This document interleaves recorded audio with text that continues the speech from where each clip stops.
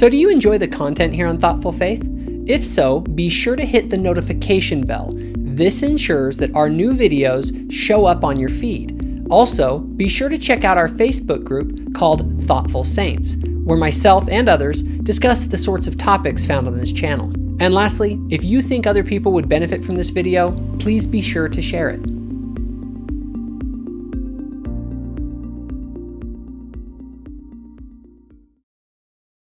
Hey guys, so before we get into today's video, I just want to say that I don't think you will find a more serious and rigorous scholar of theology in the church than Blake Ostler. What Joseph Smith is teaching, as I take it, is what Jesus was teaching in John 14 through 17, this kind of mutual glorification. Blake is the author of the Exploring Mormon Thought book series and podcast with the same name, which you can find on Spotify or iTunes. Blake is fluent or semi-fluent in 9 languages, including Hebrew, Greek, Latin, and Egyptian. He will take any reader or listener on a serious, rational exploration of our theology and doctrine. So be sure to check out his book series, Exploring Mormon Thought, and or subscribe to his podcast under the same name.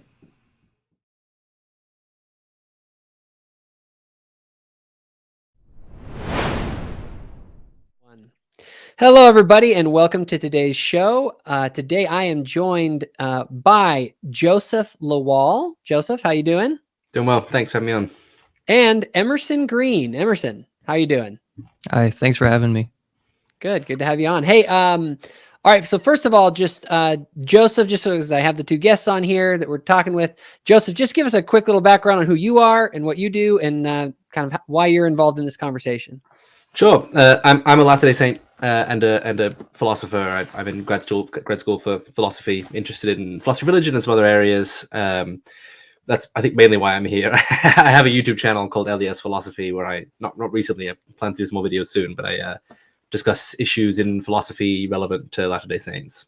And you're studying at Yale currently, correct? That's right. Yeah, doing my PhD there in philosophy. Doing your PhD in philosophy at Yale. So someone to watch out for, everybody. Joseph, he is. The reason I invited Joseph on the show specifically was because I want him to make sure that I don't go off the rails philosophically, because I'm not nearly as well trained as someone like him. And I brought on this. Actually started originally because we wanted to bring on Emerson to talk with us today. Emerson, tell us a little bit about your background. So I'm currently a graduate student at PragerU, so I also have a fancy education like Mr. Yale over here. But no, so I grew up in like a Christian environment in the Midwest, in Michigan, like a Protestant Christian family. I don't know, maybe half of my family is in ministry. Like my grandpa's a Christian pastor, my uncle's a pastor. My parents have been in and out of like full and part-time ministry their whole lives. It looks like, maybe at least 1 or 2 of my siblings might be going into the family business, as it were. So, it's something it's been a part of my life, pretty intimately. And then around like 17 or so, the things were in motion. I started to deconvert. And then by 19, I was considering myself an atheist. But yeah, I didn't know much about Mormonism. I guess we'll get into my background with Mormonism as we go on. But yeah, I have a YouTube channel called Emerson Green where I talk about philosophy of religion mostly.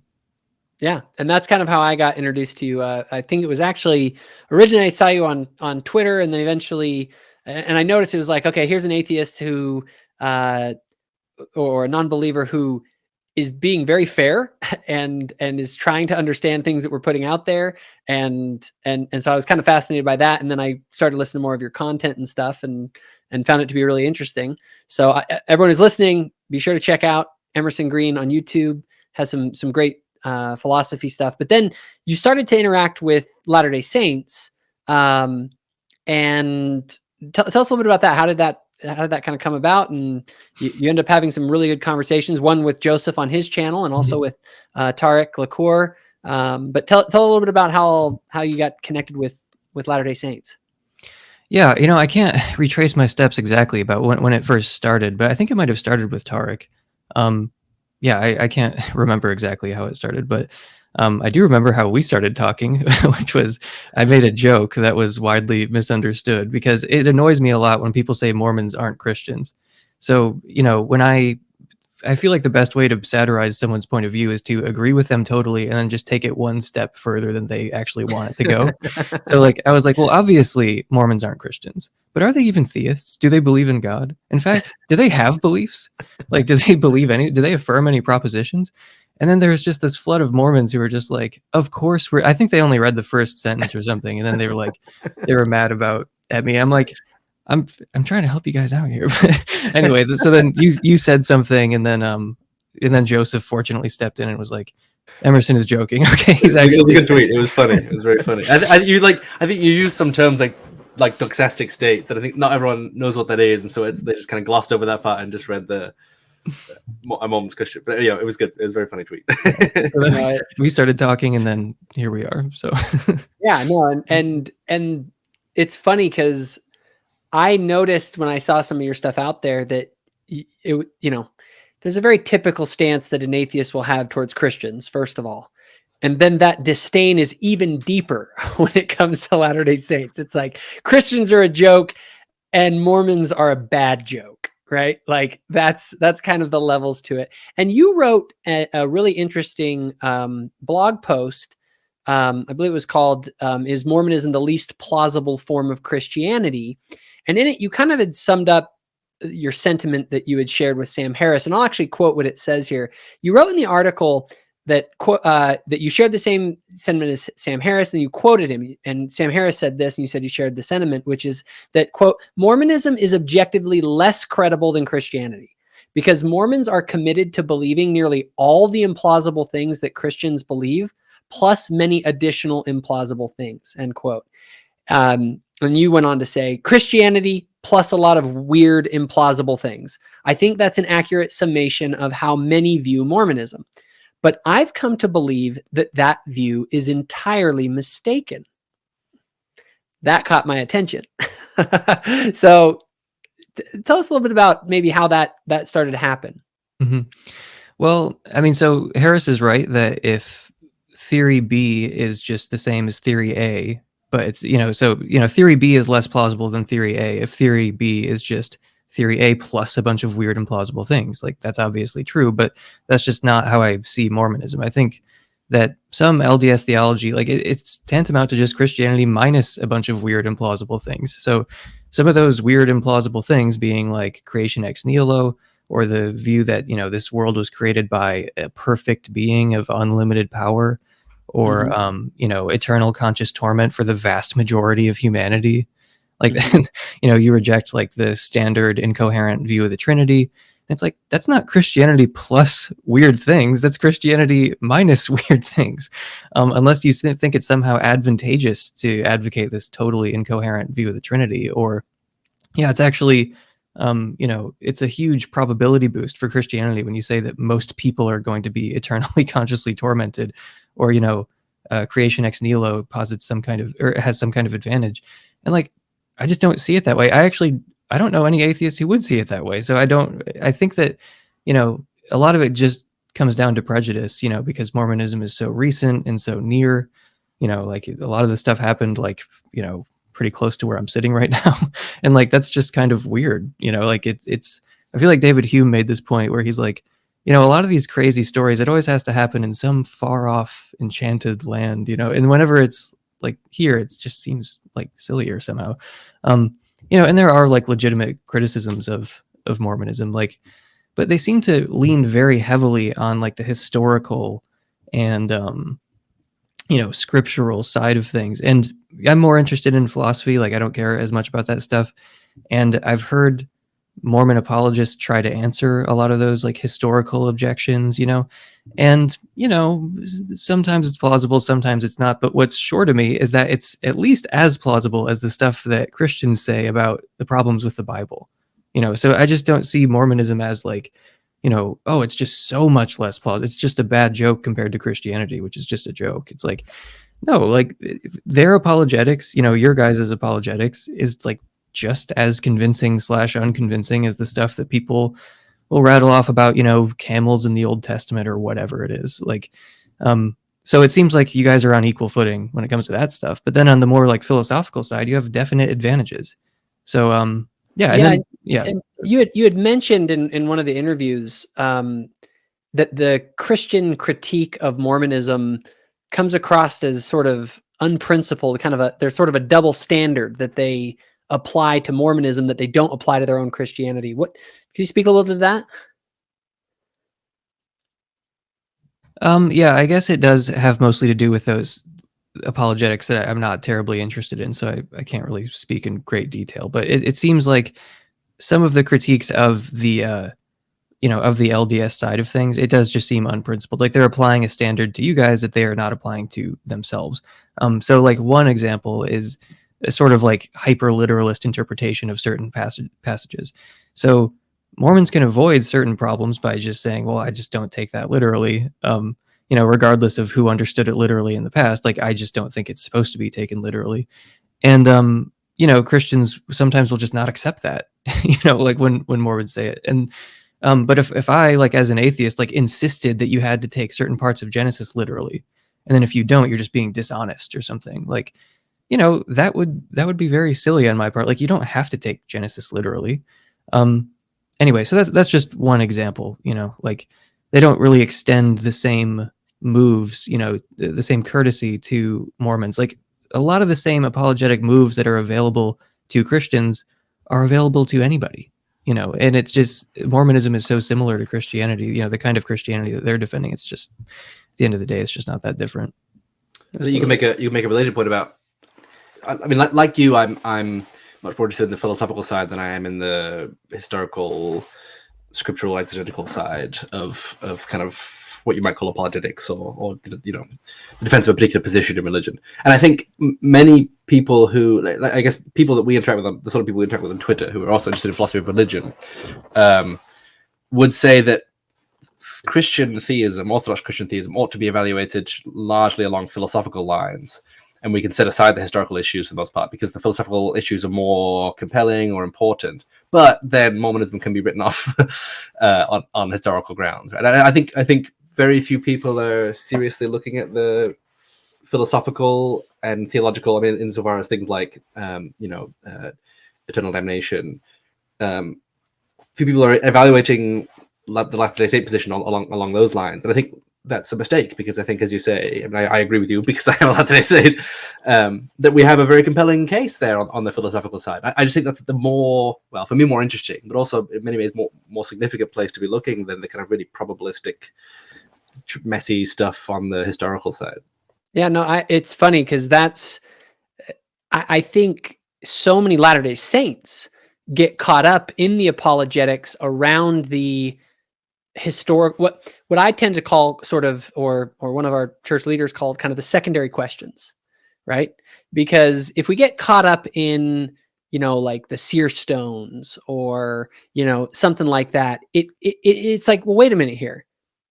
If God actually exists, and if the New Testament narrative is fundamentally true, then that paints an entirely different picture as to the way that you approach the Joseph Smith question, right? And so I like to spend most of my time looking at the fundamental questions, what I call kind of the level one conversation, which is very much where the philosophical questions exist in that space. And that when I explore Mormonism at that level, I find it's shockingly interesting. You know what I'm saying? Like, wait a minute, this is and the thing is these are the questions that are common not only to Christianity, but just to human beings. Like, is there purpose in life? Is there a God? What is the nature of reality? And Mormonism has things to say on those issues. And frankly, it has some fairly interesting things to say. And a lot of people just don't ever, like, especially a lot of Latter-day Saints who aren't philosophically inclined, they just never even get to look at those questions deeply, and they don't even recognize what they have. That what they have is something that's worth talking about and that is interesting. And on my channel, I spend a fair bit of time having those types of conversations. But one thing in particular, and I wanted to go into some of those in particular. Now, you you have a critique of kind of theism that I thought is interesting. Is sort of this idea of eternal conscious torment. And I wanted to hear kind of if you could lay out kind of maybe why you think that's a problem, and then maybe we can explore Mormonism's take on that or how it deals with it. Yeah, just as an aside, one of the things you said right at the beginning there made me remember another double standard here, which is just that some Christians will act like the fact that there is a new revelation at all is like inherently suspect. They're like, well, hang on, some of the things that are in, like the Book of Mormon contradict things that are in the Bible. It's like, there are some things in the New Testament that don't really square very well with things in the Old Testament. Like, are you as a Christian telling me you don't like the idea of like a new revelation at some point? Because actually, and to that point, I do the same thing where I look at, I'm like, wait a minute here. If you're going to believe the New Testament narrative, like, oh, there were like miracles and things happening, like, oh, if it happens closer to now, that's evidence against it. Like in my mind, it's like, if Jesus Christ really was who he claimed to be, and there was some sort of work of his going on, I would expect some level of the miraculous in the modern era. You know what I mean? So I don't look at our claims to miracles as necessarily a cut against it, unless a person sort of a priori just, they just start off from the presupposition that miracles can exist, don't exist, etc., which is a whole nother kind of philosophical discussion to have. But you're right. They apply double standards that they don't hold themselves to. Yeah. Sorry for not answering the question. No, you're fine. You're fine. I want you to answer what you need to, but I am curious though about that, because I think the idea of eternal conscious torment and kind of the traditional notions about hell are problematic. And one of the reasons that Latter-day Saint theology is attractive to me is because I think it resolves it. But what do you see as the problem with that idea of eternal conscious torment?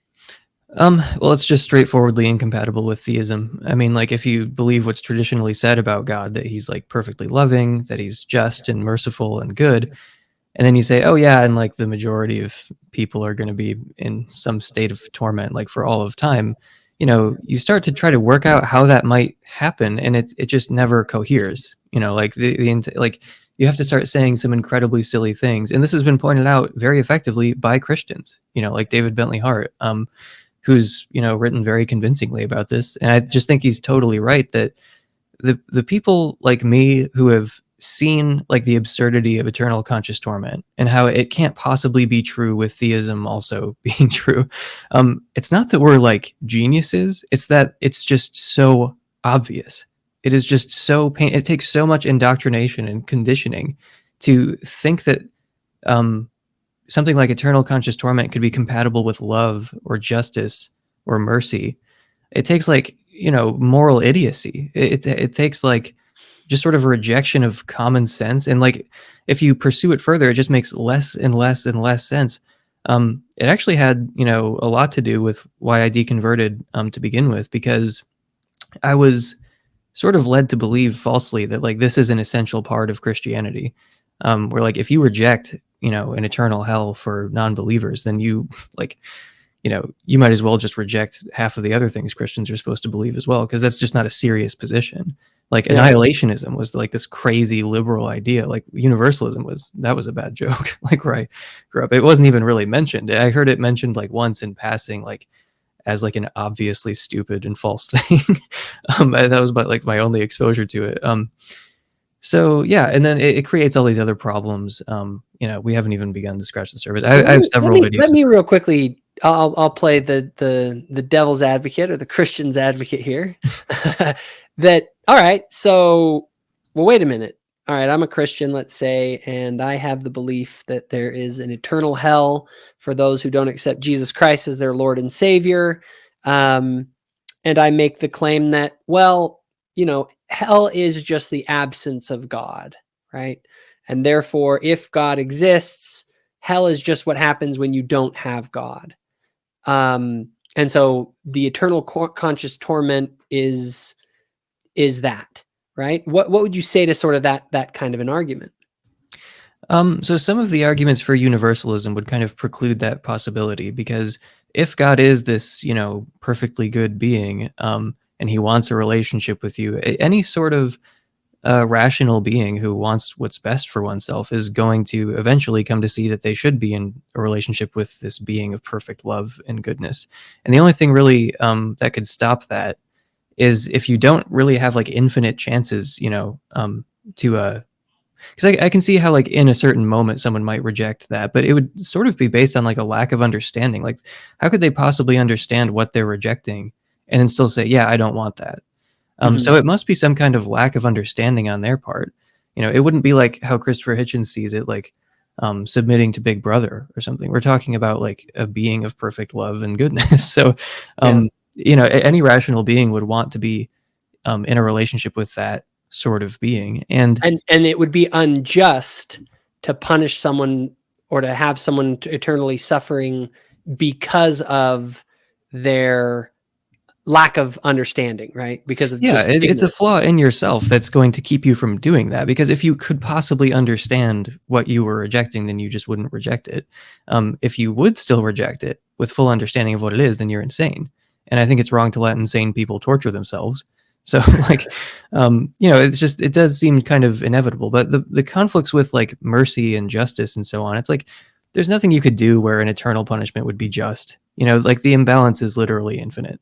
There's no way that an eternal punishment could be compatible with mercy. It's the least merciful punishment that you could conceive of, so it just seems like if mercy and justice and love and goodness mean literally anything like what we think they mean, then it's just obvious that an eternal punishment, that's not going to be just or merciful or good. And your guilt, it's just never going to make that kind of thing just, because you're a limited being.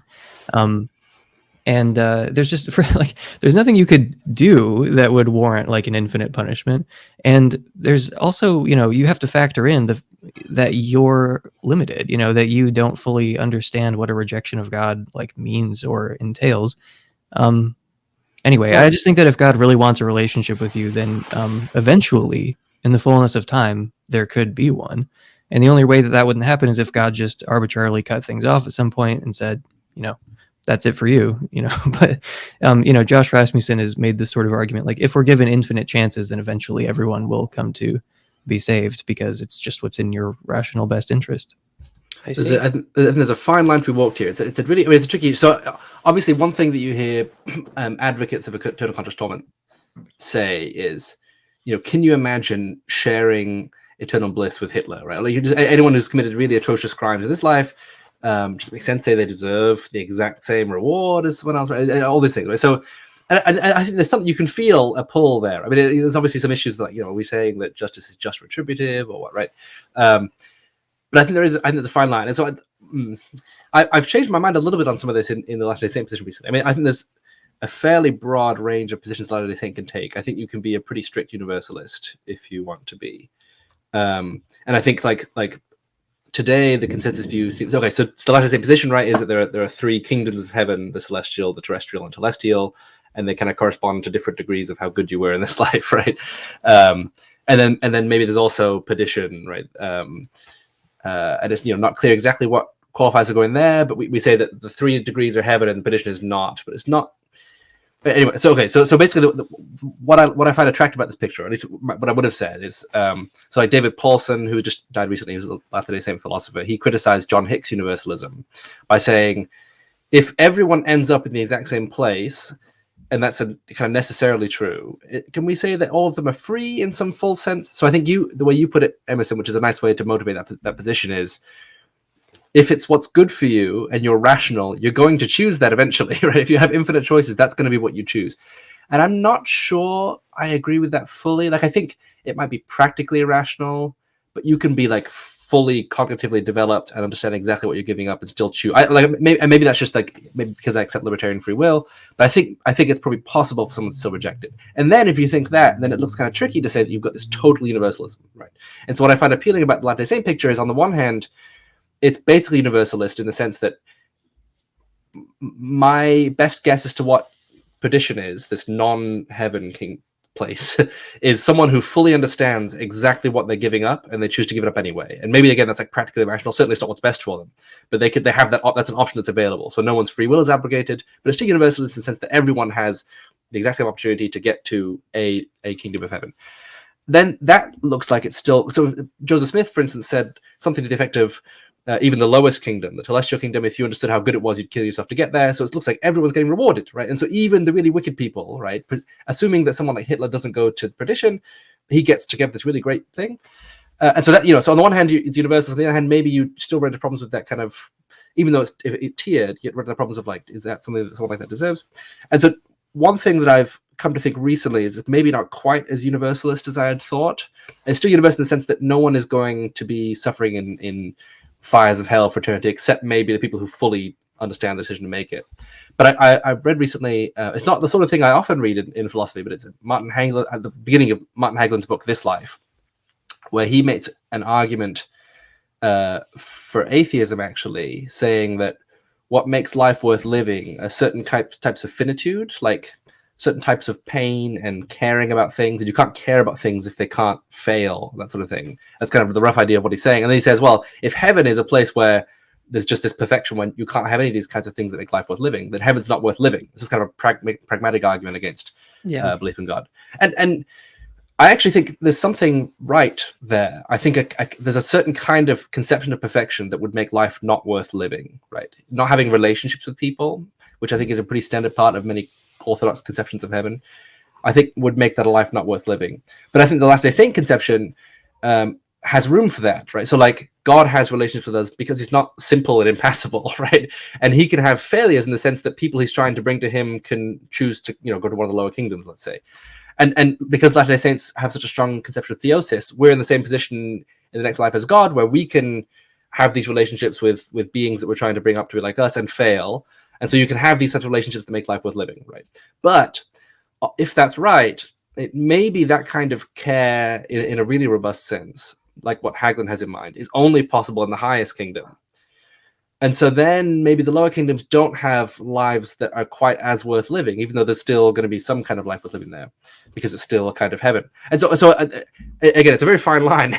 and this, I'm taking a fairly specific conception of what this afterlife looks like. I think Latter-day Saints, again, have quite a broad range. But if that's right, well, so on the one hand, you get everyone's in heaven, so you get the universalism. On the other, you get some kind of punishment insofar as you don't have quite the fullness of life. And we have, if we accept kind of Hagland's formulation, we have a fairly specific conception of what that looks like, of why the lower kingdoms aren't just wonderful, or it's all not just really, really nice. There's something missing, but it's still a heaven. So you can you get punishment in the sense of not everyone who did really bad stuff in this life gets to enjoy the kind of fullest flourishing. But on the other hand, it's kind of universal. So anyway, so that's why I think that there's something really appealing about this, is you get to bring together a lot of these judgments or intuitions that we make and to kind of fit it more or less into one picture, even though it's maybe a slightly more complicated picture than the standard one. I was going to say real quick, kind of to back up the LDS versus other sort of conceptions of it. I think there's a reframing that a Latter-day Saint can do, and that I personally do when I look at the afterlife, that alters all of this. Because with the traditional sort of Christian conception of like, God is this judge and you come to him and it's like, he sends you to eternal hell and torment forever, or he sends you to his wonderful kingdom of Disneyland that you get to live in forever and everyone's really happy and dances around, right? That binary view. First of all, that's troubling just because it's so binary, and human beings are not binary. But here's the thing.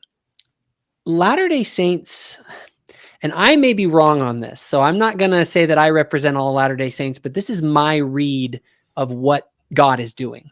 God is not the ex nihilo creator of heaven and hell, who then dictates where you go per se. He's a loving father that exists within reality, and reality itself is what causes you happiness or sadness, joy or well-being or suffering. And what God is trying to do is he's trying to help you to reach the highest level of your potential that you can reach. And we all reach different levels of potential, to where we eventually, because we have free will, or agency as we call it, will, and those are slightly different conceptions, but he's trying to get you as far as you'll go. The torment isn't him tormenting you. That's the other thing is I have a belief that, and it's sort of a provisional belief that I'm still sorting out, but I hypothesize that God doesn't actually really punish anyone. It's us, that we choose consequences that harm us, and that God is trying his best to help us to avoid the consequences of choosing things that we should not choose. But we are not, I also would argue that we're not purely rational creatures. I believe human beings actually want things other than God, and we choose things other than God because somewhere deep in our souls, that's what we want. We just don't want him. And the great battle that goes on within the human soul is, what are we going to choose? Right? And so the kingdoms of glory are a description of the different levels of glory and life to which we can obtain, with the highest life or way of being in the cosmos is to have a life like that of God, which is the highest level possible. Does that make any sense? Yeah, I think that's actually that dovetails quite nicely with like an Aristotelian conception of kind of the relationship between flourish, like moral goodness and happiness, right? So like on Aristotle's view, right, kinds, like a humankind, has an essence, have essences, and the essences determine what their teloi are, these ends, and filling the end is what's good for you. It also makes you happy, right? So it's this teleology, right? So you have a certain end that's based on your constitution as a kind, a measure of your creation that you need to fulfill. Exactly. And so I think this fits really well with that. So that was the standard view, and then Christians early on adopted something similar. They kind of incorporated that into their framework. But for Aristotle, these kinds are eternal, right? They're not created out of nothing, and so the tie between the happiness and the kind of flourishing goodness is really, really close. For Christians, then, when they had this creation ex nihilo, you have to kind of depend on God putting the happiness and the flourishing kind of together, right? And moral goodness and happiness becoming together is almost like a contingent relationship, whereas for Aristotle it was necessary. And for Latter-day Saints, because we don't believe in a creation ex nihilo, I think you get this back. You get this really thoroughly, or you can have this really thoroughly Aristotelian conception where we have a certain constitution, just that's the way it is. God didn't make us this way, more or less, right? Kind of a fundamental nature. And so we have this telos, we have this certain end that determines what our flourishing looks like.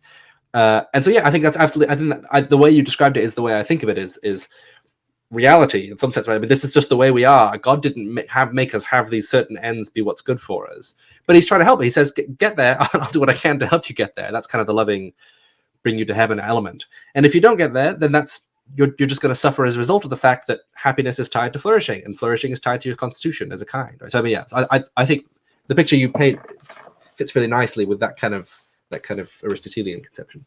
And that picture of growth and personal evolution and development, it almost makes more sense if that's what God did himself, and like he's helping us do the thing that he went through, like a more literal sense of a father.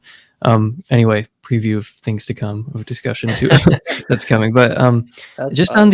on the afterlife, on the afterlife point, something I said before I really knew anything about Mormonism. So this is on the record, I couldn't pretend that I didn't say it. I was like, look, it would make a lot more sense if the afterlife wasn't so binary. Like, it's just so crazy. There's this place of like eternal torment, like this maximal suffering, oh, the doors are locked from the inside. Yeah, whatever. Like, as if people wouldn't, whatever you want to justify it, however you want to justify it. The point is there are only these two places to go. And it's like, why are there no gradients? Because like you say, people are not binary. Like it doesn't make any sense that there are just these two sorting bins, basically. And then people try to say, oh, there are these levels to heaven, and it's just, it just seems so like, it seems so ad hoc. And it's like, at the end of the day, for most Christians, it's still just these two places, And then I was like, look, if God were real, why wouldn't he make these different like sort of levels of the afterlife?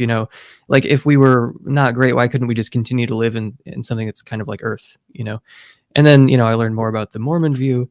And it's like there are literally these like gradients to the afterlife where it's basically exactly what I was saying, where I was just like, well, if the Christian God was really real, maybe this is how things would be. And then it's like, oh, that's exactly the, Well, the Mormon I view. think to some extent it plays into the problem of evil, right? Which is another thing that for classical theists, I'm of the opinion that the problem of evil is fatal to classical theists.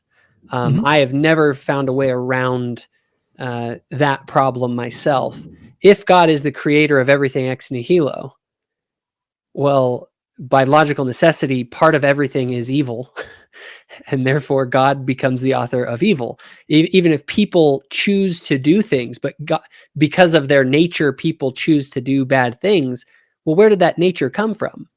If not from the God? Christians are just like, okay, it's like the demons who are responsible. It's just like, oh, so God didn't create evil. He just created the people who created evil and then doesn't stop them after that happened.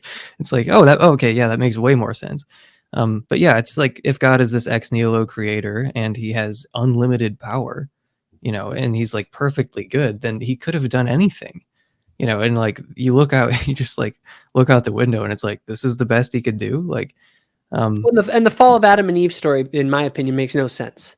Okay, so you created people to be in this perfect paradise. You're this perfect, all-knowing, all-loving creator, and yet you created this paradise for them to live in, and then you created their nature such that they would choose to eat of the forbidden fruit instead of just staying in the garden, and you didn't stop them from eating the fruit, even though you could have, and then the whole world falls. Oh, and now you have to sacrifice yourself to yourself in order to atone for the mistakes that they made because of the nature that you gave them.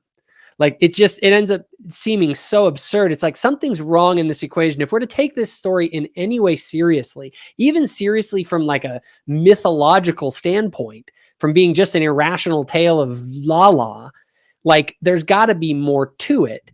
And so the Christians have a very, I think, challenging time because of, and it all, in my opinion, as I've studied out, comes back to this creation ex nihilo.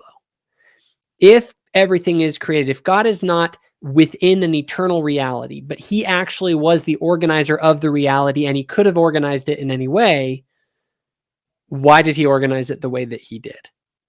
Yeah, and any remotely plausible version of that kind of like maximalist theism is going to have to say like, this is not the best God could do. Like for some reason, God is doing less than his best.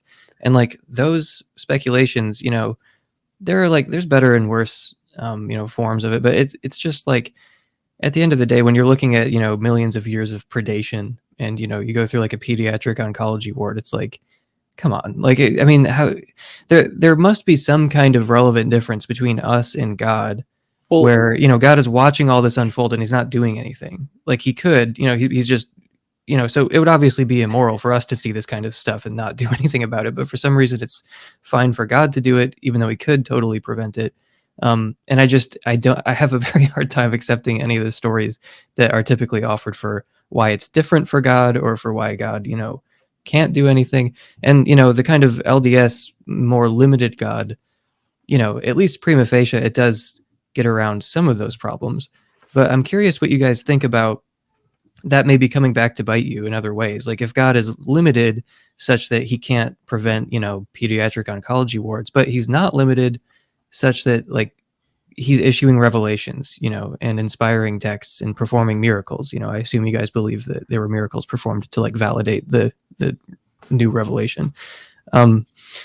So I don't know. So these limitations seem very like hit and miss, And can they be problematic? I actually want to address that, and I want to go into specifically the problem of evil from a Latter-day Saint conception with some of those problems. But before we do, there is a form of Christianity that I have found that actually does deal with this in a logically coherent way. It just ends up being absolutely terrifying, and that's the Calvinist view.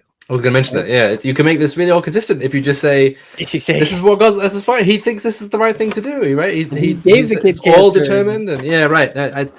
That's totally consistent. And I think many people, perhaps most people who aren't Calvinists, think that's totally abhorrent, right? Well, that's what I like to do with classical theists is try and challenge them from the Calvinist perspective and say, look, if your God is totally sovereign, and all powerful, then the logical conclusion must be that and the Calvinists will just say it. It's like, yep, he predestined this person to suffer and to die and to be terrible and to go to hell forever. And it's like, and it's totally logically consistent. And your God is an absolute monster that I want to have nothing to do with, right? And they're just kind of like, well, that's kind of just the way it is. And he predestined you to think that way. But the Latter-day Saint conception does resolve a lot of this by creating a God that exists within some sort of a framework that in some sense he's subject to.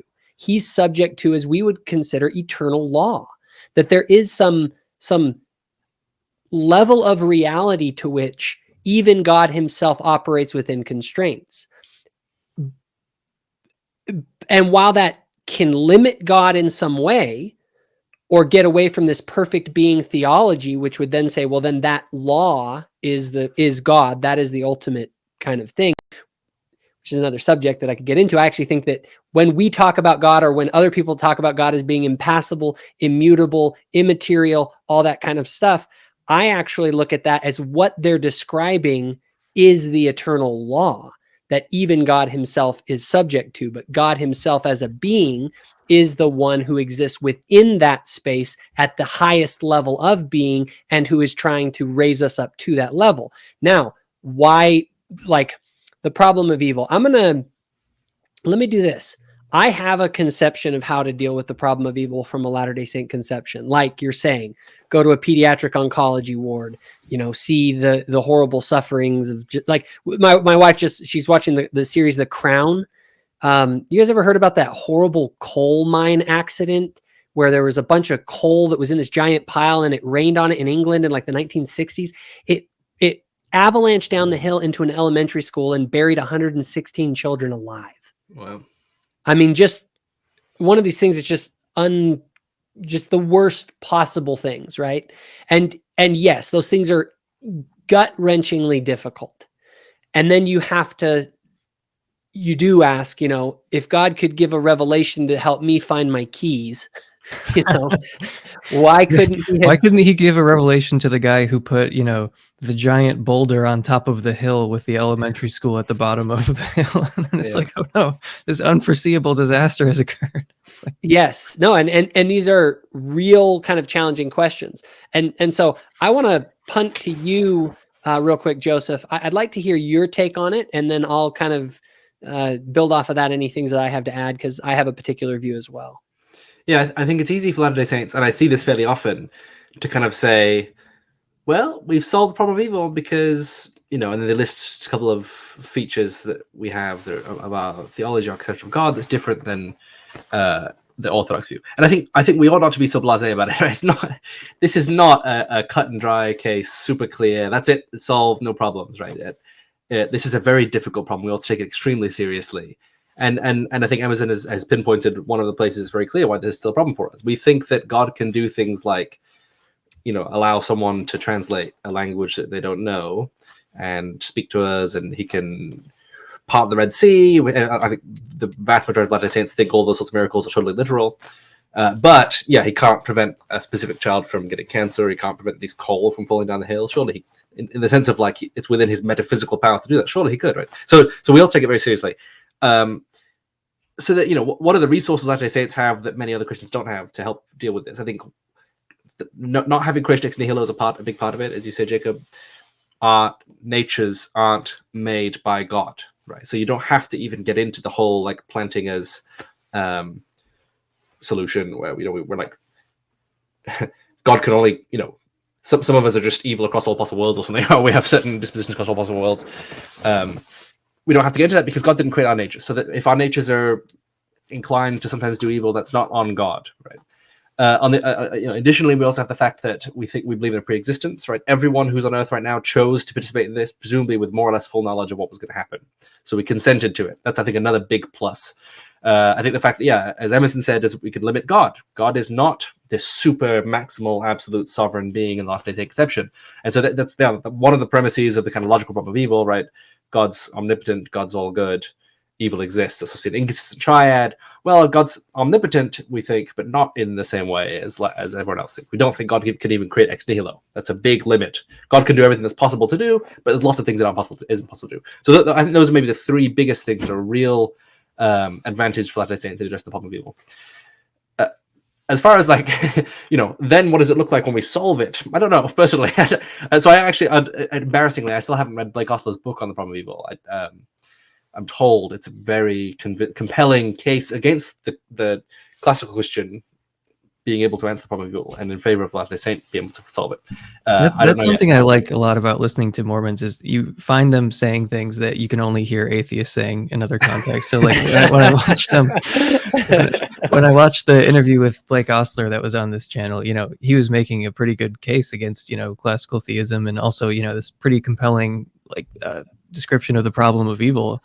And it's like it sounds a lot like two atheists talking about the problem of evil at many points. It's funny that I actually get that from other Christians sometimes. Is basically that we're atheist light, that because we don't have this omni God that is that way, that we essentially are atheists in some way. And I do find that there are, but in my mind, it's sort of like some of these atheist critiques like are legitimate critiques, and so Mormonism comes at it with a view that oftentimes takes that into account, right? And then provides explanations that I find really compelling, where theism can still be maintained while still addressing some of these critiques from atheists. Now, with the problem of evil in particular, so here's kind of my take on it. I think one of the things that gets wrong is that it gets framed, the problem of evil is more a problem of suffering. And I like to talk about it because the suffering obviously is part of it, but the problem of evil, as I see it, is really the problem of injustice. Because we can understand suffering to be okay if, as we suffer, it ultimately is for some greater good down the road. It's the fact of suffering caused by someone for like no good reason. There's a level of injustice to it that makes it perverse. It's gratuitous, I think, is the kind of the standard term for the exact what you're pinpointing there is gratuitous evil. And so there's a question of, the question isn't necessarily why there is suffering per se. It's why is there suffering that's not justified? That is, like you're saying, gratuitous. That's just, it's suffering for suffering's sake. It doesn't seem to have any purpose or reason to it. It's perverse. It offends our moral sensibilities. And therefore we say, okay, if there was a God and this God is just, this doesn't align with a just God, because a just God doesn't allow for this to happen. So here is my sort of way that I zoom out on it and take it into account. I used to teach when I was a missionary that to think of God think of the pre-existence like we lived at home as children with our parents. And we all know that you could live with your parents forever. Like, I mean, us mortally, like I have children, I have 4 kids, and I could keep them in my house and I could continue to provide for them and all of that. But all of us know that that's a problem. That's not good. That's bad for their development, right? So I have to send them out of my house. I have to send them into a world where I am not, or at least where my interaction with them is limited in some way. Okay. Now, that world is, I'll call that the world of injustice. It's a world where you could walk out of your house tomorrow and you could get struck by lightning and die, or your kid could get cancer, and it's the thing about it that makes it unjust is that it's random. It's like you don't know what's going to happen. So imagine, I like to, and maybe this is a bad analogy. I'm just doing my best to go through this, but you walk to the door with your Heavenly Father and you look out at the world and you know that it's the world of injustice. You know that this is the world where any of these things can happen. You don't know exactly what's going to happen. Even God doesn't know exactly what's going to happen. But you know that the only way that you can become the way He is to go out there into that world, into, as we would maybe say in LDS speak, the lone and dreary world, to some degree separated from God, to have an experience in which you are faced with actual injustice, actual chaos, actual, like, your kid can get cancer, or you could, and the other aspect of this injustice is you could have everything go right for you in your life. You could win the lottery and have a beautiful wife. And it's like, but that also is unjust. Like, you didn't deserve that, yet you had all these good things happen. And so it creates this world, this perverse world, but it's the only way to get to be like God and to develop yourself in this sort of theosis journey is to pass through that experience. And the way that you sort of use your agency within that context really determines what you are. And so within the problem of evil, all of the suffering in the world, including the gratuitous suffering. In fact, the gratuitous suffering is kind of like, that's part of it. It's the injustice of the world is what is actually a part of the bigger macro plan that has to happen. And so, again, not sure if that is a perfect resolution, but it's a way that I, in my mind, kind of deal with it by framing it as the need for injustice in the great cosmic story. If I could just I have two small things to add to that. I mean, one is that if it does play some role in moral development, then it's not really gratuitous. Like, if it's the only way to get this kind of moral development, then it is, like, by definition, not gratuitous suffering. Gratuitous suffering would be something that doesn't contribute to anything, and just is soul destroying. It doesn't help you become more like God. It, like, if anything, it makes you less like God. So, I mean, I think there is that kind of suffering in the world. Now, like, whether or not that can be explained, I think that the King Follett stuff is not, like, just some impractical, like, kind of fun question. Like, I think the plausibility of what you just said would actually be added to if you take a certain view of how God himself came to be. Because, I mean, other atheists have asked, like, what is the value of this soul building and this evolution? Especially if you view God as the basis of all value, as, like, many Christians do. It's like, God never went through this. God never, like, was, he never evolved. Like, he never went through a process of soul building. So why can't he just, like, create us in sort of, whatever the final form is supposed to be? Why wouldn't he just do that? And I feel like one advantage that Mormons can have is they say, well, he can't, like, that's impossible for some reason. He's not, like, omnipotent in the maximalist sort of way. And secondly, it's not just the value of being like God, it's the value of becoming like God. Like, if God is, like, the basis of value in some sense, then the fact that he, became God is something that is inherently valuable, I would assume. At least it makes more sense. Like, oh, look, you're going through this process. That's the same thing that God did. It's not like you have to go through something that is totally and utterly different from what God went through in order to become more like him. But yeah, if you're treating God as the basis of value, and then you think, well, look, I'm going through the same process that, my, like, heavenly Father went through, then there's more plausibility to that story to me, of, like, rather than just saying, like, oh, and for God and for you, the rules are totally different for some reason.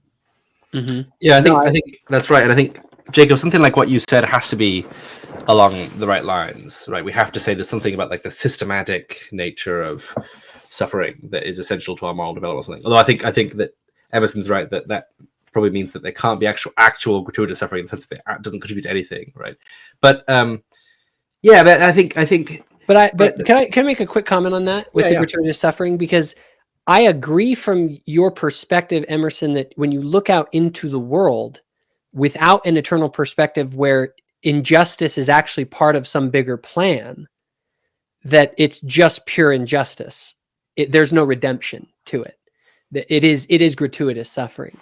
I think that unless you have, but I think that you can construct within a Latter-day Saint framework a picture of there is an eternal reality in which it is necessary to pass through a world of true injustice in order to be made to be like a Father in heaven, and to become like God is.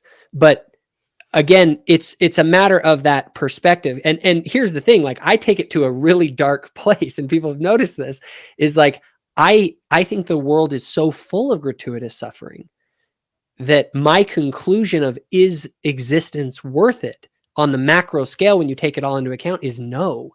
I believe that we live in a fallen world in absolute need of redemption. Otherwise, this whole project isn't worth it. It would be better that it never happened at all, right? And I use this analogy. I say, you know, just because some people on the train to Auschwitz had a great time doesn't mean you shouldn't stop the train to Auschwitz, you know? And so my belief is, and Christians, I think, should share this view that we live in a fallen world, and the nature of that fallen world without redemption is as dark as it goes. My contention is that the Christian message is that no, there's hope, there's redemption. This is actually part of a great soul-making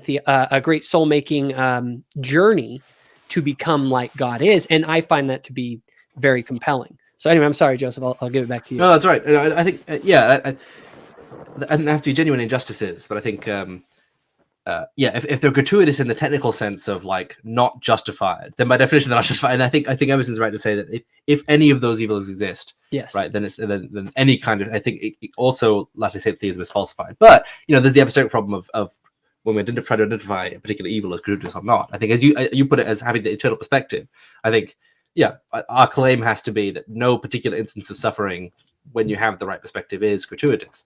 But I think one of the basically, I think Emerson's, you're right in identifying a way in which, I guess maybe we're going to talk about this, this conception of God having been exactly like us and developing to be like God is a real advantage for Latter-day Saints, because you don't have to say that there's some fundamental difference in what's good for us and what's good for God. And I think it's related to the problem of heaven, right? So people will say, why couldn't, so you know, one of the ways to respond to the problem of evil is to say this is the best possible world. God couldn't have done any better than this. And then people respond by saying, why couldn't he have just made heaven? Heaven is a state in which it's really, really good and no one can sin. So if you have this really maximal conception of God and that's the end goal, then surely he could just make that right now. What's the problem with that, right? That's one of the ways to kind of push back on certain kinds of responses to the problem of evil. And I think for Latter-day Saints, it's related to this idea that like God is really, really good, but also isn't maybe free in the same way that we are. If you think he couldn't sin, there's a different kind of freedom that we have.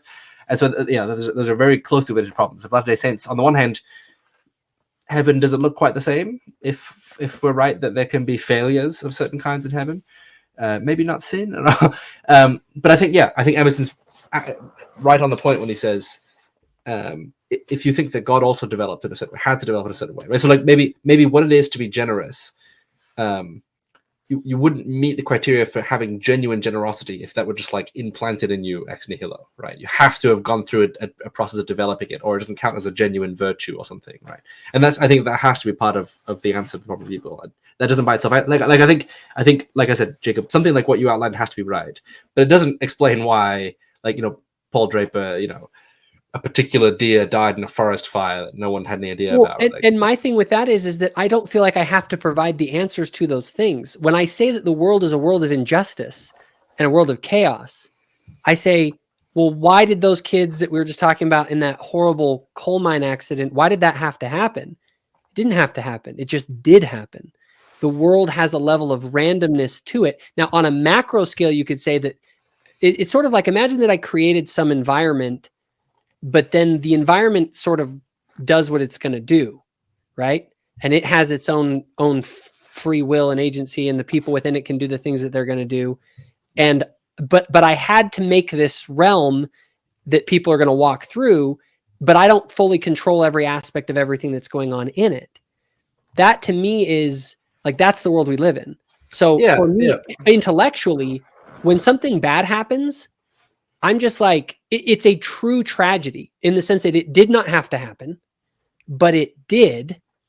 But on the macro scale, like, we all agreed to come to a world where that could happen, and it could happen to me. Right.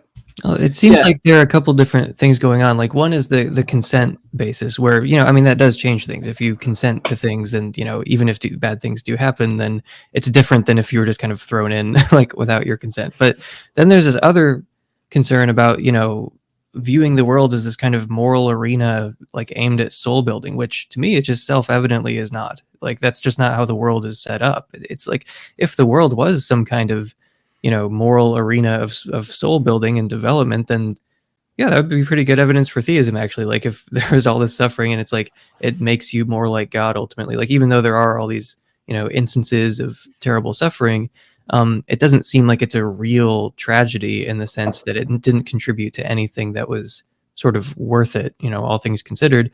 But yeah, I just don't think that the morally random world that you're talking about, it's not that it's like inconsistent with theism, but it is definitely evidence for atheism. Like, if the world is as morally random as you're making it sound, well, that's evidence that God doesn't exist, because that you would expect that on an indifferent universe.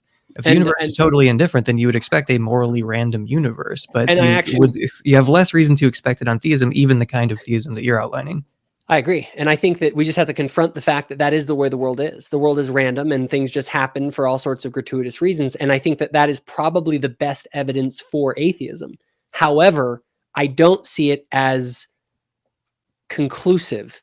And in fact, any theism that doesn't account for that fact honestly can't stand. That's one of the reasons that, for me, the problem of evil is so fatal to other theists.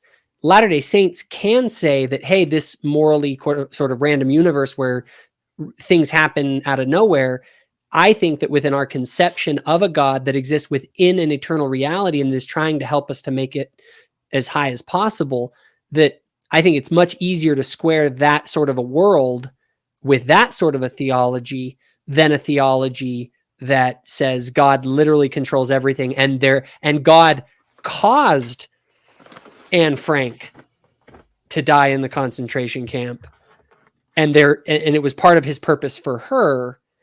I have a harder time with that sort of theism than a truly unjust world theism that I kind of look at, that we must pass, but it's a pass-through phase rather than the final state. Well, here's a very implausible version of theism. You begin to exist totally at the moment of your birth here on this planet. You live for like 60 to 80 years, and if you acquire the wrong beliefs, you go to a place of eternal conscious torment forever. You're sent to that place of eternal conscious torment. The doors are locked from the inside, and for some reason you never leave. And it's like there. And then meanwhile, while you're on Earth, you see all these terrible things. And there's this especially annoying group of morons called skeptical theists who keep telling you that it's not gratuitous, even though it obviously is. And then you die and go to hell. And then that's where you live forever. And then all that, apparently non-gratuitous suffering, just didn't lead to any. Here's where it all ended up, like, it's just you and Anne Frank and everyone else went down the chute, and you're just sitting there with the unlocked door and you never leave, because you just can't stand the idea of being in a relationship with a being of perfect love, because that would just be so appalling to you. Of course that's less plausible than the thing that you're outlining, but I mean, it's hard to think of something that's actually less plausible than, especially when you start adding like, oh, and by the way, this is all very good and consistent with justice and mercy and love and so on.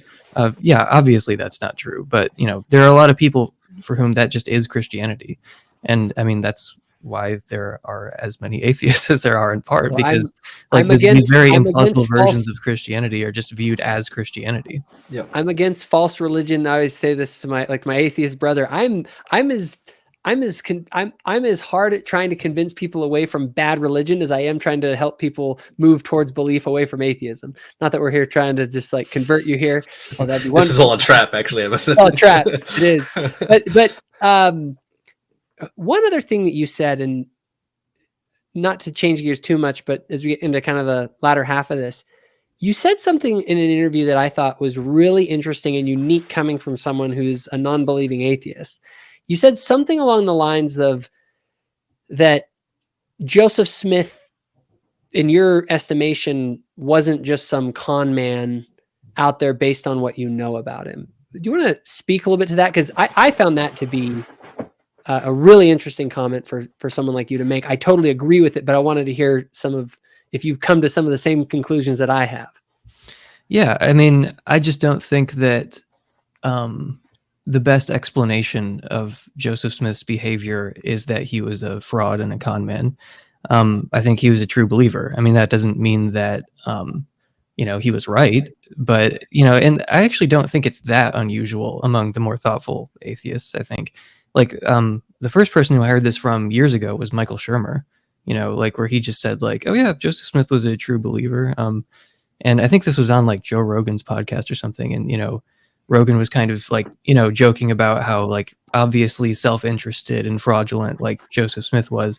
And Shermer was like, no, I think he was like a true believer. Like, I think he really, at least he believed what he was saying, you know, in most cases. But, you know, there's something I was, when I was like a teenager, I remember watching the show House, and there was a Mormon who was on the show, you know, a Mormon character. And then House at one point says, you know, just admit that Joseph Smith was a horny fraud. And then the guy like punches House. But it's like, you know, that's kind of the standard theory among many Christians, actually, and many atheists, which is that, you know, the horny fraud theory. So there's no denying the former, but the latter, I think, is probably not the best explanation of his behavior. It's not like some kind of like weird theory on my part. I just don't think it's. I think when you look at his behavior and the cost that he, you know, that he paid, and when you look at like the whole of his life, it's hard to believe that someone was just lying to that degree day in and day out. Like that's not good for. I mean, look, if he was a con man, then he is one of the. I mean, he's the greatest con man. I'd have a hard time finding anyone else. I mean, the level of, I mean, to start a religion with this many people and to know that you're just like shysting people the whole time. Yeah. You are self-consciously a fraud, like for every sermon, you know, everything you ever write. Like, well, every person that's around him. Yeah. And that also are like backing him up, that they're all in on the conspiracy. Like or idiots, right? Or they're just absolute morons. Right? No, and yeah, I mean, all of them had to be delusional beyond belief to some extent. Mm-hmm. And maybe that's the argument some people want to make. But when I see the character of some of the people that he was around and the things they did, like I'll use Brigham Young for example. People can believe whatever you want about Brigham Young. But here's the thing, from a purely historical standpoint, you have a guy who started as like a furniture maker in New England. And the guy like literally goes out west and like settles the West with these people, and just an incredible story of history and politics and religion and all of it mixed up. Like that's a unique individual, regardless of how you put it. And there's a bunch of other ones that were that these people would have had to have been totally crazy, and maybe some people think that they were, but they were sincere. And the fraud, they were knowingly defrauding people is just not. I agree with you 100%, obviously. Yeah, well, I would hope so. Yeah, no, it's like that's my only point. Is like you can still believe that they're morons if you want, but they were sincere. You know, like they were sincere morons. But you know, like you think about I don't think they were morons, but you think about like the group that became the Seventh-day Adventists, you know, and like how they went up on this hill, they gave away all their possessions, they went on the top of the hill and waited to be, you know, raptured or whatever. Didn't work out, then they did it again later. It would almost be like looking at the people who did that and saying, oh yeah, frauds and con men. It's like, no, that's just a bad explanation. Like you don't understand people very well if you're somehow going to fraud for that, you know. And it's not just because there wasn't an obvious like material gain or something. Like you don't understand religion very well. Like you don't understand human psychology very well if you're looking at, you know, the formation of a religion and thinking, oh, I know what it is, it's fraud. It's like that's not how religions typically form. I mean, especially if you're a naturalist. I think this is why Christians are more prone to this you know, the horny fraud model than atheists are, actually, in my experience. Because we think every religion formed naturalistically, you know, so like why would this one be any different? Like why do we have to invoke a totally new sort of explanation just because Joseph Smith got around a little bit? Like it's just like, okay, look, that doesn't mean it's like a totally different model. Like if you're a Christian though, you know, you think that I guess you think every religion formed naturalistically except for yours. And I think that, you know, that's why they're pushed into some of these, to my mind, less plausible explanations, because the formation of Mormonism was a lot like the formation of Christianity, you know. So it's like, it's kind of, there has to be some crazy obvious difference, you know, for them. Whereas for naturalists, we're like, formed the same way Christianity formed, you know. it's like fraud is just not a good explanation in most cases when it comes to religious groups like that. Yeah, and I share that belief when it comes to other religions. I don't generally hold to the fraud argument for any significant religion. I believe they come from places of sincerity, and so I do think that I admire that you go to that point, because I also have noticed that other people that are really intellectually honest and that do a serious look at the origins of our church, they come to the same conclusion, that like the fraud theory isn't a good theory. You can say that they're mistaken, they're delusional, whatever, but the fraud theory doesn't hold. And so I think if people want to be more serious in their critique of the church, they'll stay away from that one, because most Latter-day Saints as well, we look at the history, we know the history, and we go, look, the fraud argument is a hard one to push on us, because we know the history, and it's very hard to fit fraud into that model.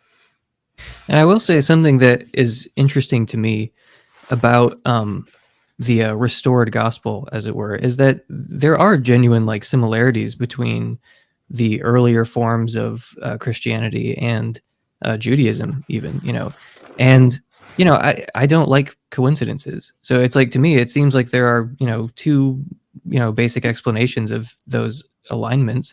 One is that the Mormon explanation that I assume you guys favor, and then one is that Joseph Smith must have known about these things somehow. Like, maybe, I mean, we know something about like his library and like the books that he had access to. So it's like, if you could find something there, or like a friend maybe who like knew about this stuff, like, that's where I would look. But it would just be bizarre to just chalk a lot of these things up to coincidence.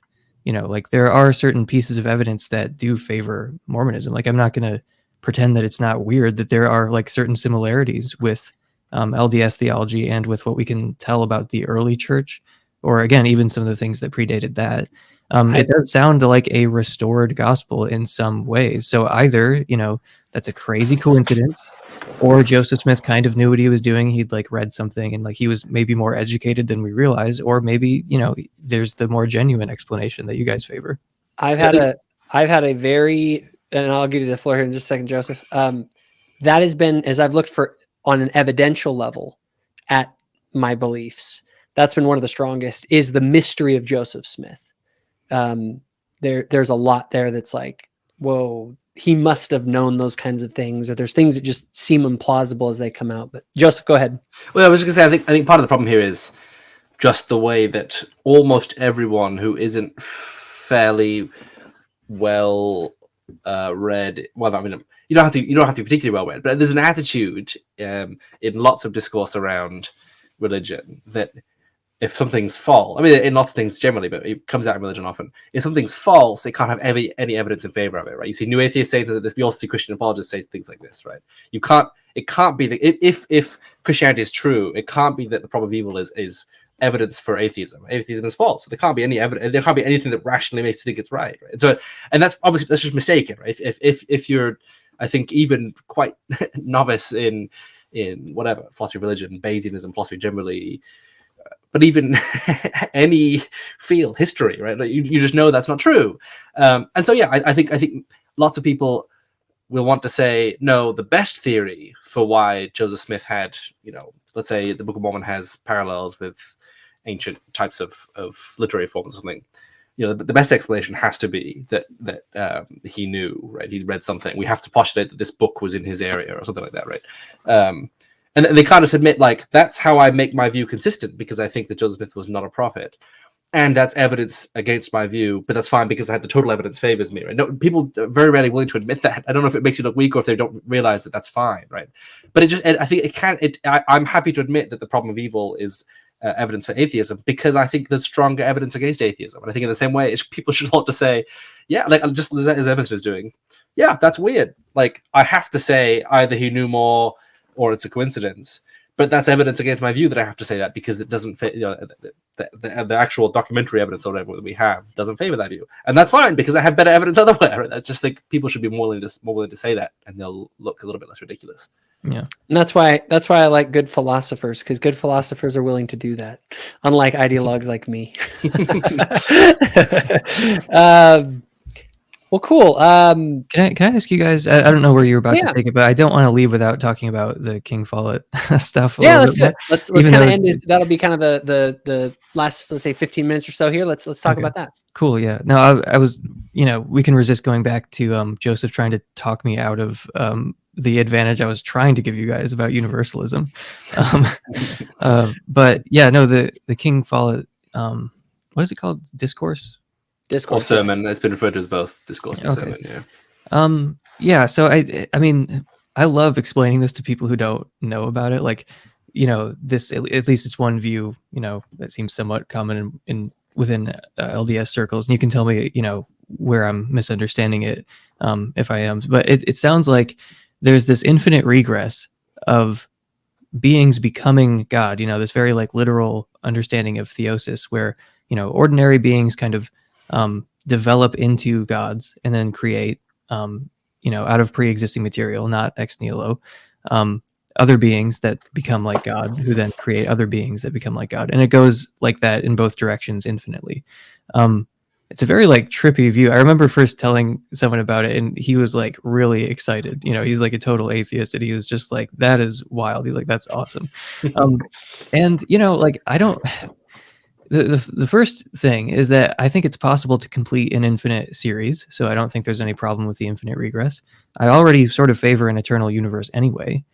And now lately, as I've been thinking about this problem of psychophysical harmony, there's one way of solving the problem, which is called panagentialism, which sounds a lot like the story that I just outlined of very simple beings becoming more complex and more godlike until they create other things. Like you could easily turn that into evidence for Mormonism. Plus, the panagentialist story involves something that's called like rational matter.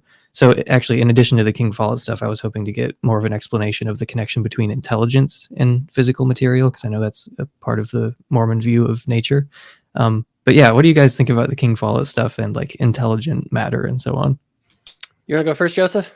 Sure. So I don't know what to think. I mean, okay, so there's so much to say. So the King Follett discourse is one of the best documented, maybe the best documented of Joseph Smith's sermons, right? So we have several accounts, and you can what you read online, if you read it, a kind of straightforward, written like someone would have read it or would have spoken it. That's an amalgamation of different sets of notes that we have, some more or less complete sets of notes, and they do conflict, so we don't know exactly what was said. So there's some trickiness there. There's a couple of places in particular where it's like really important points or there's disagreement in the notes, so it's really difficult. And then the other thing that Latter-day Saints will often preface discussions of the King Follett discourse with is it's not canon, and so it's not clear how far we're committed to what it says, right? I don't know. This is messy stuff, but is it true though that most Mormons do believe? Yeah, so I was going to say, I think the overwhelming majority of lay Mormons in the US, I have absolutely no sense of what people. I imagine many Latter-day Saints outside the US don't even think about this. I would put it majority, but I wouldn't necessarily say like huge vast Oh, majority. really? Okay. I think it is the kind of the standard, especially if you go back in time. I think that number grows. I think if you go back to like the 1970s or 1930s, like, it'd be like pretty much everybody. Mm-hmm. But I think that there has been, and I think rightly so. Except the infinite regress model is what we're saying here, right? Yeah, the infinite regress model of God at a father, all the way back. So there's kind of these two models. There's the infinite regress model, and then there's the monarchical monotheism model. That's the Blake Ostler model. That's the idea that there is a chain in one direction, but in the other direction, it's just God is a stopping point. Yeah. Yes. And the difficulty here is that basically there's kind of a weirdness in the text that we have. Basically, Joseph Smith cites a scripture and then he says something, and they look like they're kind of at odds. And basically, if you think that the scripture is the more important part of what he was saying, then you take let me think. Then I think you accept Blake Ostler's view, and accept what he literally said. It looks like he's saying an infinite regress model. So there's a kind of fine interpretive point. It's kind of tricky. I think a lot of people at the time did interpret it as infinite regress. That doesn't, I think, necessarily mean that's what Joseph Smith meant. So there's an interpretive point, and then this is kind of the general, like, Latter-day Saints are not super restricted in this area anyway, right? So I think both are live options for Latter-day Saints, and I think Blake has a fairly compelling reading. I'm interested to see Bill Smith has a book coming out on the King Follett discourse, and I'm interested to see what he says about this. Yeah, so you can accept the infinite regress model, or you can accept this idea that our God is a kind of God with a big G, and maybe everyone else is God with little g's. So, and there's lots of advantages and disadvantages to both views. And so I'm really not settled on either view. I think, Emerson, you did a great job outlining some of the advantages of the infinite regress model. We can make sense of a lot of things that it's hard to make sense of on other models. Especially, I think, if God has a body, it's kind of nice to think that there could be this evolution step. Very weird to think that God like brutally has this complex body with organs and stuff, if that's the view that you want to take on the monarchical monotheism view. So I think there are major advantages, but I think there are advantages in the other direction as well. Like, you've got a much grander God. I think a lot of people think the scriptural data favors the monarchical view. Obviously, it's not like the Old Testament had a conception of God where God had a God, right? But so I think there are lots of philosophical things say on both sides. And then for Latter-day Saints, really, there's not much in terms of like statements by leaders that settles it one way or the other. So I think it's nearly a toss-up. It's one I of think the it's great- unfortunate that Go this ahead. is. I think it's unfortunate that there's this from the outside, this noticeable trend of making the Mormon God more and more and more maximalist. I agree with and that, less actually. and less limited. It's like, Yeah. this is part of what made this unique. Like, I mean, Yeah. yeah, and it seems like, respect to Blake Ostler and everything, but it's like, it seems like that's the momentum where it's like pretty soon you're going to end up making the ontological argument, like 10 generations from now, there'll be Mormons defending the ontological argument if things like continue in this direction. So there was a talk recently at a Latter-day Saint philosophy conference where someone tried to say that based on some grounding, this technical term in metaphysics, that you can get like a Mormon Trinity, and so but like in the kind of strict Orthodox sense. And I think you're absolutely right that there is a kind of push in the direction of assimilating to this very Hellenized maximal conception of God. And I agree that it's probably It's unfortunate. Yeah, it's and unfortunate. And I think we should. Yes, I agree, and I think that it is. Though I hold to a monarchical monotheism model, I have no problem taking a big fat dump on the Trinity. And I do not find like the ontological argument and those other things, like I don't find them compelling in the sense of when you get into the nitty gritty of them. But this is the biggest challenge to the King Follett model, to the infinite regress model, is the scriptures. There's, we get in church every Sunday, we go in and say, "Oh God, the eternal Father," right? It's kind of like, if you're the eternal Father, right? But then people have to change the meanings of these words, and I feel like you just get into a lot of scriptural mental gymnastics, and so it's messy. Yeah. And Christians are very right to point out that the scriptures do not easily align with it. And so if there is a move to want to move more towards a monarchical monotheism sort of model, I don't know that it's motivated, at least in my case, it isn't motivated by any, we got to be like the other Christians. It's much more of, how do we square this with the scriptures without engaging in a lot of mental gymnastics? Philosophically, and I think you as a philosopher, Emerson, are right to view that there's a big philosophical appeal to the infinite regress model, especially from a naturalistic perspective, where you're thinking of this as essentially a sort of cosmic evolution that's going on. Yeah. And within Mormon thought, you have sort of the Mormon transhumanists, who are another group you got to talk to, although I have my issues with them. I think there's something to be said for the idea of that you could, in a sense, frame our theology as a great evolutionary process into the cosmos that God is a part of, and that he wants us within this naturally, if you want to broaden natural to whatever all of reality encompasses, he's within that, highly evolved, as it were, and trying to bring us to higher levels of evolution, right? Because at some level of evolution, we direct the course that we'll go. And so from a naturalist perspective, from a philosophical perspective, that can be quite appealing. However, I also think that there's a reason I'm not a transhumanist, in that I think that there are aspects to this, like at least scripturally, it seems pretty clear that things like the infinite regress They just don't hold a lot of strength, where something like theosis, though, theosis, on the other hand, I think has a great scriptural basis, not only within Latter-day Saint tradition, but I think within the Bible. There's good reason to believe that. And like Orthodox, for instance, get much closer to a Latter-day Saint view of theosis. So to me, like, the scriptures have to be taken into account. Yeah, for Latter-day Saint, that's gonna be relevant. I think, but for someone like Emerson, where that's not an issue, I can totally see why the infinite regress model is like, that's awesome. That's That was much of a powerful constraint for me. Yeah. But plus, it's like, scripture is like so underdetermined. I mean, that's part of why I like say that I don't care much about the standard Mormon counter apologetic stuff. Like the CES letter or whatever.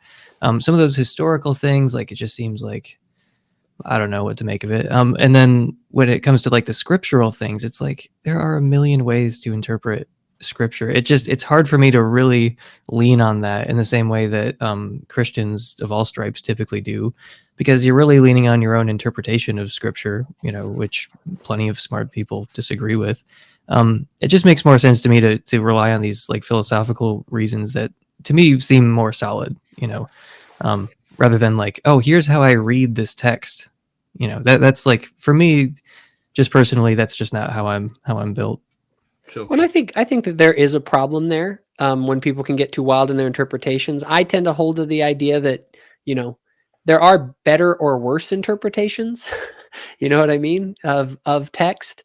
And so, I still want to account for it, but I agree that Mormonism's strength from a philosophical perspective is often underappreciated. And even from a theological perspective, it's just underappreciated because most people get so caught up in these other CES letter type apologetical battles, which, they have their place.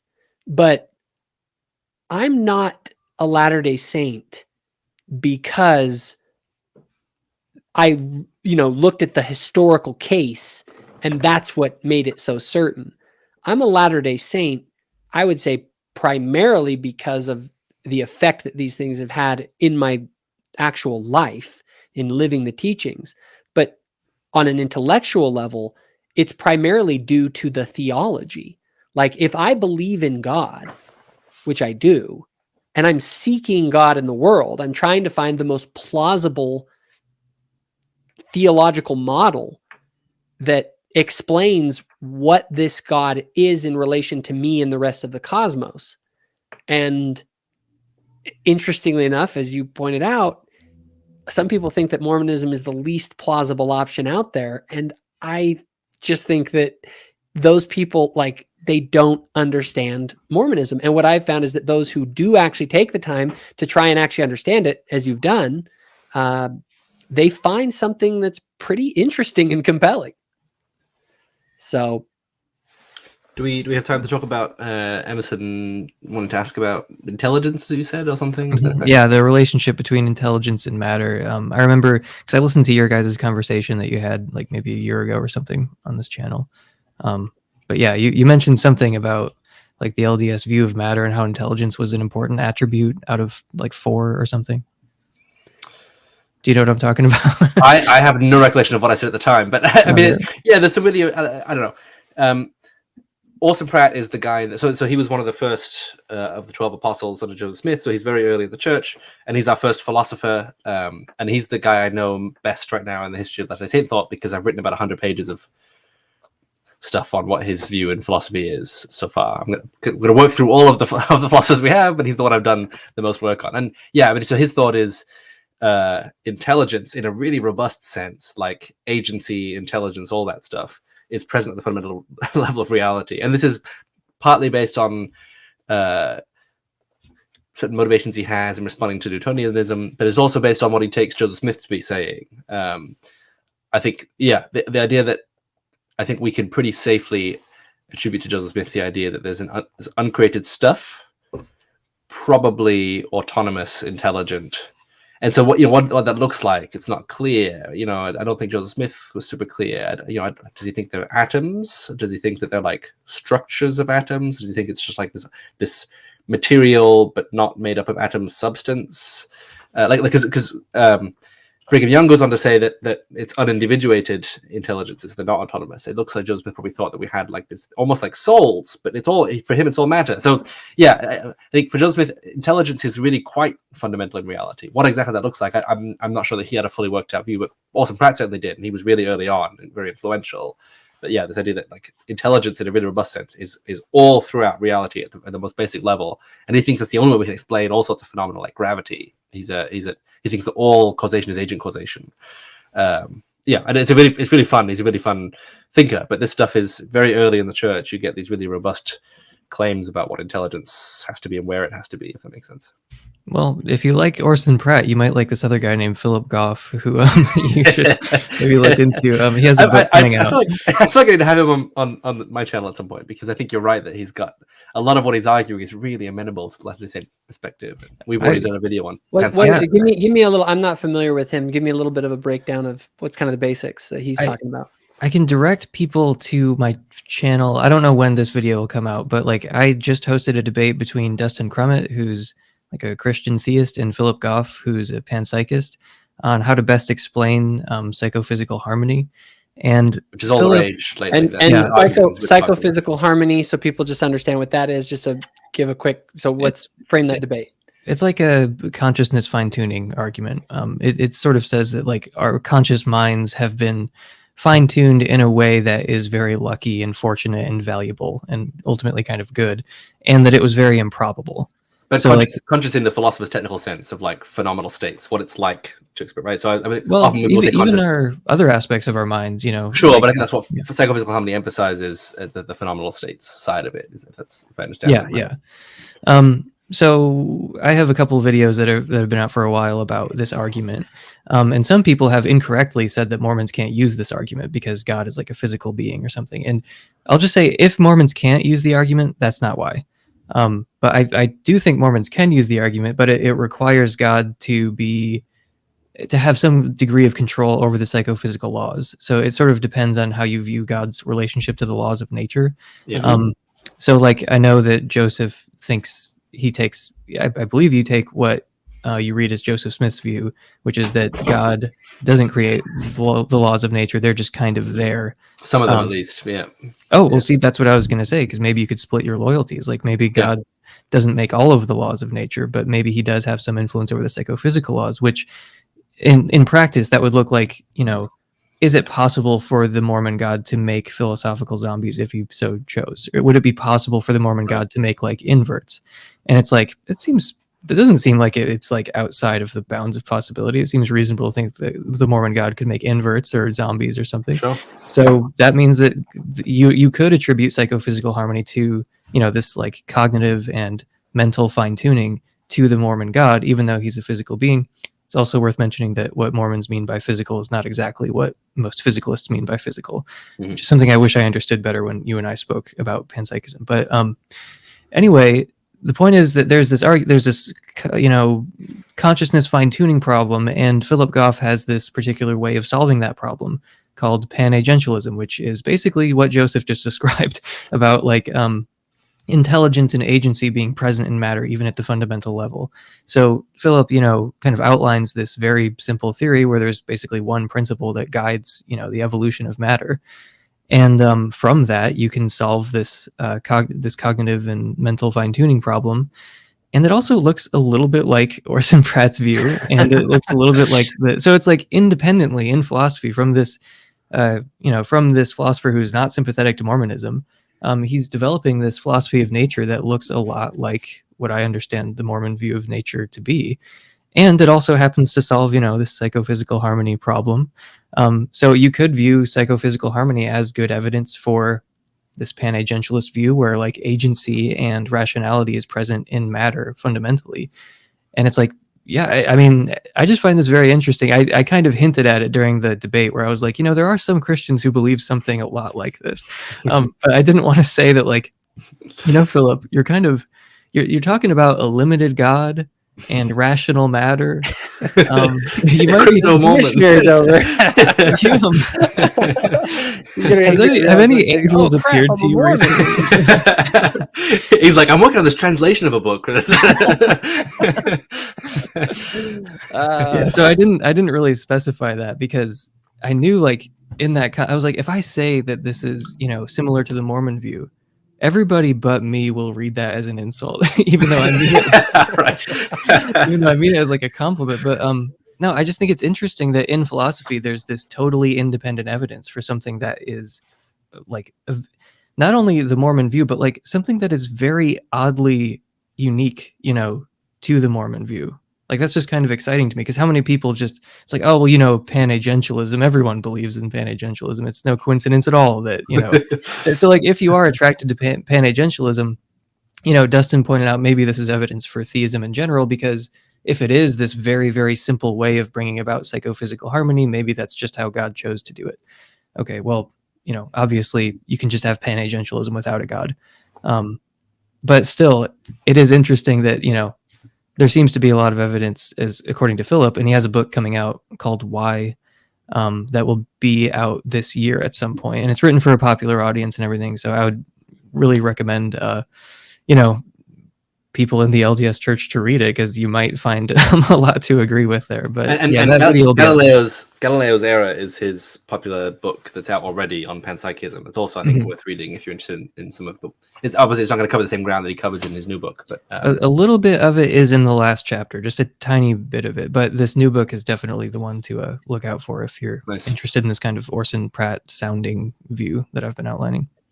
Well, and on that note, so for the listeners who may not be familiar with panpsychism, this is this idea that within matter itself, there's that consciousness is emergent from matter itself. And it does align very nicely with our idea of intelligence and everything being matter and spiritual matter. I think, Joseph, you're right to point out that a lot of this is not fleshed out entirely, but there's also, Joseph, are you familiar with the Skousen model of the atonement and how that relates to the intelligences? Have you ever heard of that? No, I don't think so.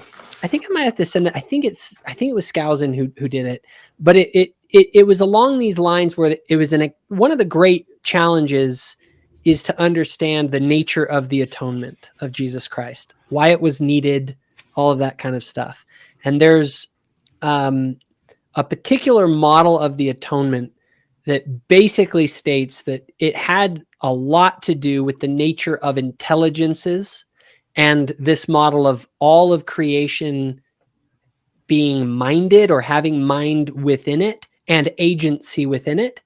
And that was a massive reason for the need for an atonement. It's an interesting theory, and it's one that I think I'll probably have to send you, Emerson, because I think you would read it and maybe find it really interesting. It's something that I don't know how widely sort of known it is. I know that there are a lot of Latter-day Saints who kind of are aware of this model of the atonement. But I want to send it to you so you can look at it, because as someone with an interest in panpsychism and these things, I think it brings a very unique Latter-day Saint sort of theory of the atonement that makes it make a lot of sense, because the atonement is something on sort of a philosophical level that can actually be very challenging to kind of parse out and sort out within Christianity generally. So anyway, all right, we're pretty much wrapping up here. Any final words, Joseph? I'll let you go first. And any final words? No, none that I can. I think we've covered good ground. I was going to make a joke and just say a word, but I'm not going to do that. Alrighty. Yeah, there's plenty more to talk about. Like I said, we moved on from the universalism versus different models of hell conversation, but I have a few videos about that, and it's worth unpacking more. But I wasn't even aware we were really going to get into that today, but still, I'm still maintaining that eventually all will be saved if God exists. But yeah. All right. Well, we'll be there. We'll be there to encourage you to be saved as well the whole way. So, well, hey, Emerson, thanks so much for coming on. Really appreciate the conversation. If you ever want to do this again sometime, hit me up. I'd be happy to chat. Love to talk about the church. A lot of times I like to bring Joseph along with me if we're going to get into philosophical stuff, because I want to be careful that I don't put my foot in my mouth too much and correct the record. But thanks so much. It's been awesome having you on. Hey, thanks for having me. I had a really good time.